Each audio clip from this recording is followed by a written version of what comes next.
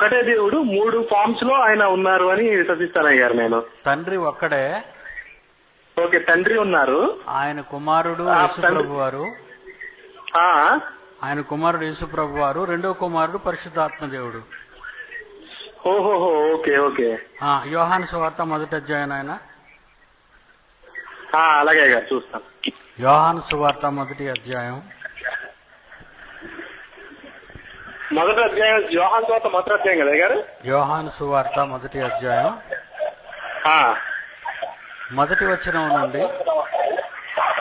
అవునయ్య గారు. ఆదియందు వాక్యము ఉండెను. అవును. వాక్యము దేవుని యొద్ద ఉండెను. ఓకే. వాక్యము దేవుడై ఉండెను. ఓకే. ఆదియందు వాక్యముండెను అన్నాడు, వాక్యము దేవుని యొద్ద ఉండెను అన్నాడు, వాక్యము దేవుడై ఉండెను అని అన్నాడు. అవునయ్య గారు. ఏనాయనా ఇప్పుడు వాక్యము దేవుడు అని అన్నందుకు 2వ వచనంలో ఆయన ఆదియందు దేవుని యొద్ద ఉండెను అన్నాడు. మరలా ఓకే.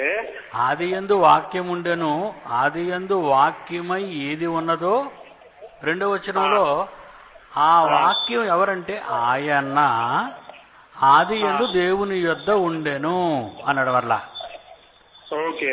ఇప్పుడు ఆయన ఆదియందు దేవుని యొద్ద ఉండెను అనే మాట దగ్గర ఆయన అనేది వాక్యం దగ్గర పెడదాం. ఆయన అనే పదాన్ని వాక్యం దగ్గర పెడదాం. ఆదియందు వాక్యం ఉండెను అన్న దగ్గర ఆదియందు ఆయన ఉండెను, ఆయన దేవుని యొద్ద ఉండెను, ఆయన కూడా దేవుడై ఉండెను.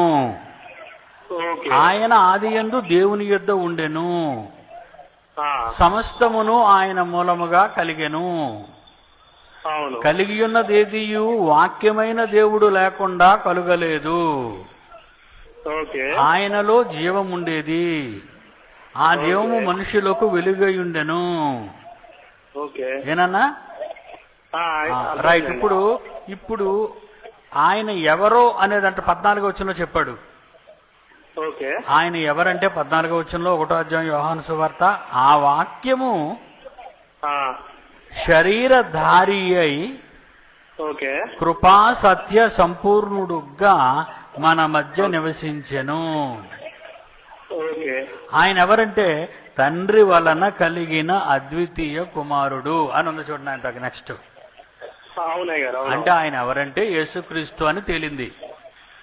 అవునండి. ఓకే, ఇప్పుడు యేసుక్రీస్తుని యోహాను సువార్త 1వ అధ్యాయంలో వాక్యం దగ్గర పెడదాం. అలాగే. ఆదియందు యేసు ఉండెను, యేసు తండ్రి అయిన దేవుని యొద్ద ఉండెను, యేసు దేవుడై ఉండెను, యేసు ఆదియందు దేవుని యొద్ద ఉండెను, సమస్తమును యేసు మూలముగా కలిగిను, కలిగి ఉన్నదేదియు ఆయన లేకుండా కలుగలేదు. కనుక తండ్రి ఉన్నాడు. నా క్వశ్చన్ ఏంటంటే ఇద్దరు దేవుళ్ళుగా ఎలా ఉంటారు అని. ఒక్కడే ఉండాలి కదా దేవుడు. దేవుడు తండ్రి అయిన దేవుడు ఒక్కడే. ఇప్పుడు నాయన నీకు తండ్రులు ఎంతమంది ఉంటారు? మనకి తండ్రులు ఎంతమంది ఉంటారు? ఒకటే కదా. మన దగ్గరికి వచ్చేసరికి ఒకే తండ్రి. కనుక కట్ అయిపోయింది నాయన. పోన్లే నాయన విను. కనుక నాయన తండ్రి ఒక్కడే. ఎఫెసీయులకు రాసిన పత్రిక 4వ అధ్యాయము,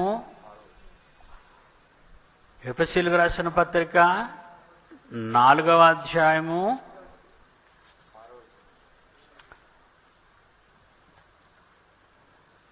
6వ వచనం. ఎఫెసీయులకు రాసిన పత్రిక 4వ అధ్యాయము 6వ వచనం.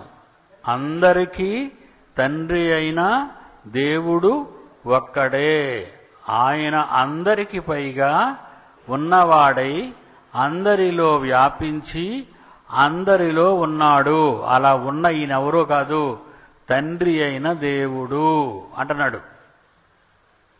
అలాగే 5వ వచనం వచ్చేసరికి యేసుప్రభు గురించి చెప్పాడు. 5వ వచనం ప్రభువు ఒక్కడే, ఈయనే యేసు ప్రభు. ప్రభువు ఒక్కడే అన్నాడు. కనుక తండ్రి ఉన్నాడు, కుమారుడు ఉన్నాడు. తండ్రి దేవుడే, కుమారుడు దేవుడే. రాజవంశంలో పుడితే అందరూ రాజులే కదా. యేసు తండ్రి కాడు, కుమారుడు. రాజవంశంలో పుట్టిన వాళ్ళు అందరూ రాజులే. మా నాన్న ఒక్కడే రాజు అండి, నేను కాదండి అని రాజకుమారుడు అంటాడా? రాజకుమారుడే. అయితే తండ్రి తర్వాత రాజు ఎవరు? ప్రస్తుతానికి యువరాజు. ఇకపోతే అందరూ దేవుళ్ళేనా అంటే అందరూ దేవుళ్ళే. 10 యోహాను సువార్త 34-35 వచనం. యోహాను సువార్త 10వ అధ్యాయము 34-35.